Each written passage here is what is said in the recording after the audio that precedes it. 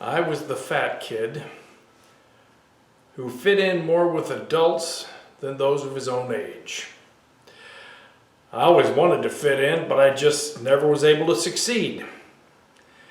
In 6th grade, I had to wear girls' pants in the marching band due to my body shape. I was a sousaphone player with the nickname of Leather Lungs. 4 years later, I was asked to run for student body president by a party that hadn't won anything in recent memory. No one thought I had a chance of winning, which is why I agreed to do it. We had a blast with the campaign.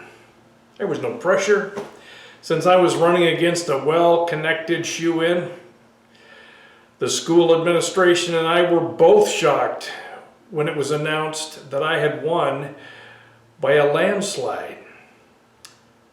Later that year, I was one of the first to be honored with the monthly award of Boy Most Likely to Succeed. Still the odd kid. Somehow things were different. 10 years later, I was called into pastoral ministry. Once again, I did not fit. I did not enjoy being with pastors. I did not like the things they enjoyed. That was 40 years ago last month. One thing that remains consistent first occurred in high school. God has used a square peg in a round hole to minister. I've often asked the question, why did he make me this way? That's out of Romans 9:20. Then I realized that being odd is a quality that accompanies many of God's servants.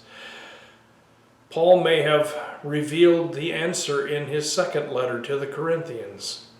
For God, who said, "Let the light shine out of darkness," made his light shine in our hearts to give us the light of the knowledge of God's glory displayed in the face of Christ. But we have this treasure in jars of clay, to show that this all-surpassing power is from God and not from us. We are hard-pressed on every side, but not crushed, perplexed, but not in despair, persecuted, but not abandoned, struck down, but not destroyed. We always carry around in our body the death of Jesus, so that the life of Jesus may also be revealed in our body. That's 2 Corinthians chapter 4, verses 6 through 10. There's always pressure to fit in our world. We're taught to be ashamed of our unique DNA, body shapes, skin color, personality traits, or even gender.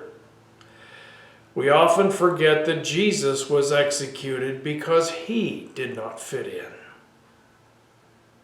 Was Paul equating Jesus' uniqueness with the death we always carry around in our body, letting the life of Jesus show through us, demonstrating that our power is from him and not from our genetics?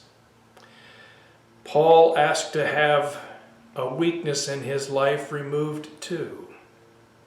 3 times I pleaded with the Lord to take it away from me, but he said to me, "My grace is sufficient for you.